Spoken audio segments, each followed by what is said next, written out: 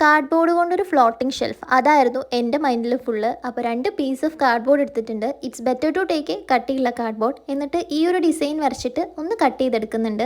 കുറച്ച് കട്ടിയുള്ള കാർഡ്ബോർഡ് ആയതുകൊണ്ടും ഇങ്ങനത്തെ ഒരു ഡിസൈൻ ആയതുകൊണ്ടും നല്ലപോലെ കഷ്ടപ്പെട്ടിട്ടായിരുന്നു ഇതൊന്ന് കട്ട് ചെയ്തെടുത്തിട്ടുണ്ടായിരുന്നത്.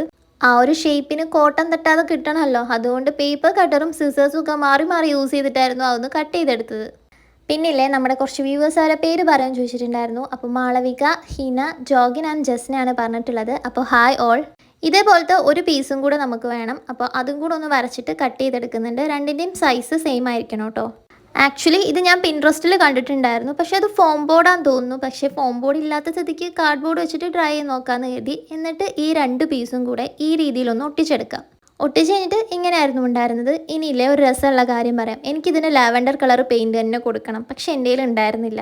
അവസാനം ഞാൻ പിങ്കും ബ്ലൂവും കൂടെ മിക്സാക്കി. ബ്ലൂ ആണെങ്കിൽ കുറച്ച് കൂടിപ്പോയി. പിന്നെ കുറച്ച് പിങ്കും കൂടി ഇട്ട് ഒന്ന് ബാലൻസ് ചെയ്തപ്പോഴും ലാവൻഡർ ആയിട്ടുണ്ടായിരുന്നില്ല. പിന്നെ കുറച്ച് വൈറ്റ് ഒക്കെ എടുത്തിട്ട് ഒന്ന് അഡ്ജസ്റ്റ് ചെയ്തു. അവസാനം ഇങ്ങനത്തെ ഒരു കളറാക്കി എടുത്തു. എൻ്റെ മൈൻഡിൽ കുറച്ചും കൂടെ പേസ്റ്റൽ ലാവൻഡർ ആയിരുന്നു. എനിവേയ്സ് ഇങ്ങനെയാണ് ഉള്ളത്. കുഴപ്പമൊന്നും ഉണ്ടായിരുന്നില്ല. It's okay. വെയിറ്റ് ഇല്ലാത്ത എന്ത് സാധനവും ഇതിൽ വെക്കാം. അപ്പോൾ ഇഷ്ടമായിട്ടുണ്ടെങ്കിൽ ലൈക്ക് ചെയ്യാൻ മറക്കണ്ട.